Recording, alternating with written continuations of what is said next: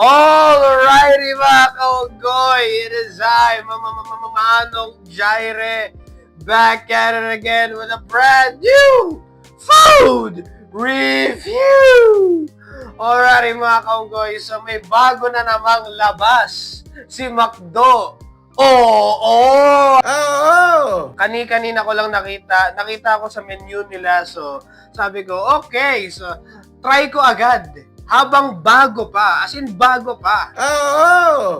Ngayon ko lang nakita mga kaunggoy. So, ito yung Galaxy Mushroom Truffle na burger mga kaunggoy. So, basta ito, nakalimutan ko yung tamang exact na pangalan nitong pagkain na ito. Pero, alam ko, hindi kasi nakalagay dito eh.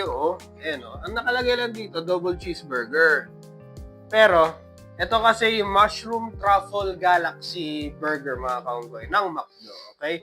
So, right off the bat, tingnan natin ito. Kaya may mushroom nga. May mushroom nga. Hindi ko alam kung kita. Kita ba? Yeah, kita. Okay. Ano natin? Close up. Di ba?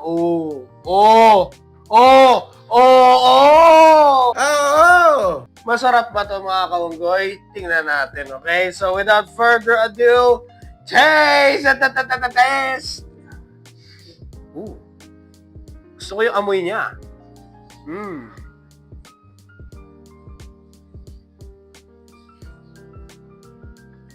Wow!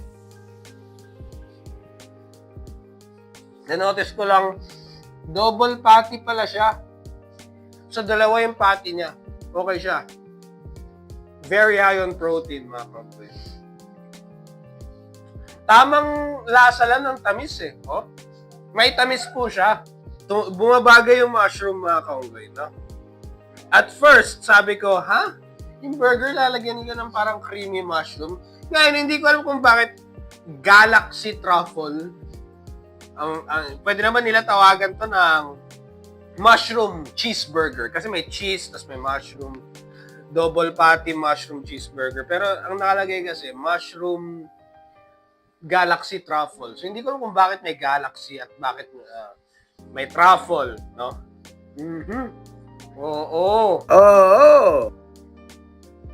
Very creamy. Ano ba yung truffle? Hindi ko alam kung ano yung truffle eh.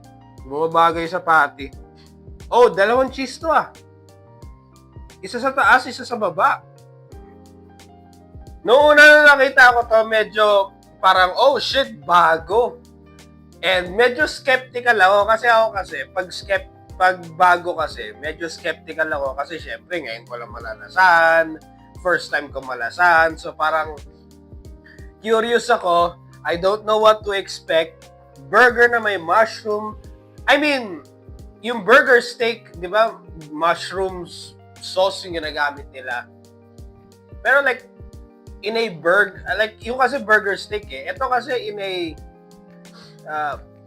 burger, in a burger setting na may patty, tas may may buns, may buns, tapos may cheese. So, lalo na yung mga patty ng McDo, masarap talaga. Wow. So, tumatama yung creaminess ng mushroom sa dalawang patty. Yung dalawang patty kasi parang medyo rough, di ba? Alam niyo naman, pag kumain kayo ng burger, tapos yung patty, may pagka-rough, no?